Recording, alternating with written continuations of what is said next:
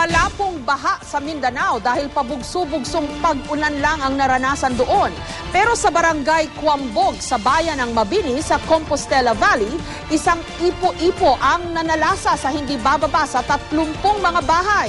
Ayon sa mga residente, pasado alas 3 ng hapon, nung naramdaman nila ang malakas na hangin, nagbagsakan ng ilang puno at poste ng kuryente. Gayunpaman, walang naiulat na nasaktan.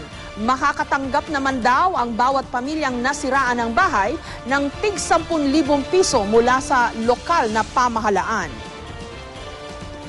Na kami diri nagakaon ko gani pagkuan na inili ko diha pagkakuan ihagsa naman ning among atop.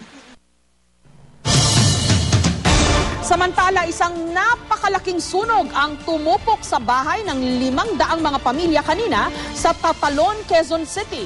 Sa loob ng 3 taon, ito na raw ang pang-4 na sunog doon. Ang sanhi ng sunog kanina, naiwan o napabayaang niluluto. May report si John Consulta. Naglalagablab pa ang apoy sa barangay Tatalon, Quezon City nang abutan ng GMA News pasado alas 11:30 ng umaga kanina. Agad nilamon ng sunog ang may 200 bahay na karamihan gawa sa light materials. Sa kasagsagan ng sunog, ilang pagsabog ang narinig na posible raw mga tangke ng LPG. Dahil sa sangasangat masisikip ng mga iskinita sa lugar, nahirapang makapasok ang mga bumbero, kaya't nakapagbayanihan na rin ang ilang residente. Habang ang iba, pilit na sinasalba ang ilang gamit. Sa kuwang ito ng cellphone ni Rosel Inorito, kitang-kitang nilalamon ng apoy ang mga bahay habang nag-uunahan ang mga residente sa pagligas.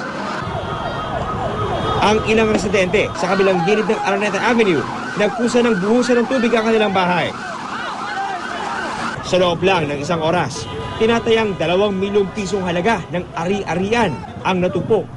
Mahigit 500 pamilya naman ang naapektuhan na karamihang mga informants sa Tusdi Umano. Wala namang nasawi, pero may 2 nagtamo ng minor injuries. Gaya ng lalaking ito, naratan naming namimilipit pa sa sakit. Yung bakal na yun, wala pang una ground, tapos yung parating ng apoy, nagkaroon siya ng ground, tsaka na yun, pagdating ng ground, nakabitaw ako. Yung pagbagsak ko patayo, yun na piersa, yung pagka-piersa, yun tumunog. 12:50 na tanghali na magdeklarang fire out. Habang patuloy ang investigasyon, abala naman ang mga nasunugan sa paghahanap ng may sasalbang gamit kahit makapal pa ang usok.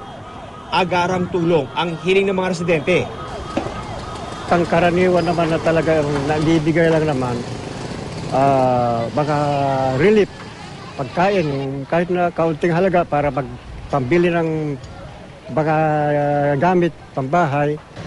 Sana po maibalik po yung tirahan namin. At sana po yung mga pangunahing pangangailangan ng mga bata, lahat po ng mga nasunugan, sana po masuportahan, mabigyan kami, matulungan kami.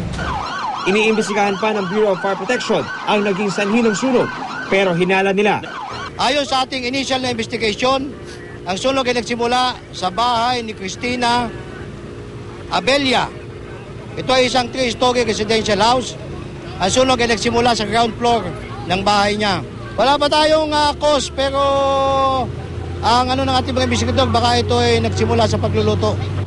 Patuloy na paalala ng mga otoridad, iba yung pag-ingat para makaiwas sa sunog. John Consulta, GMA News.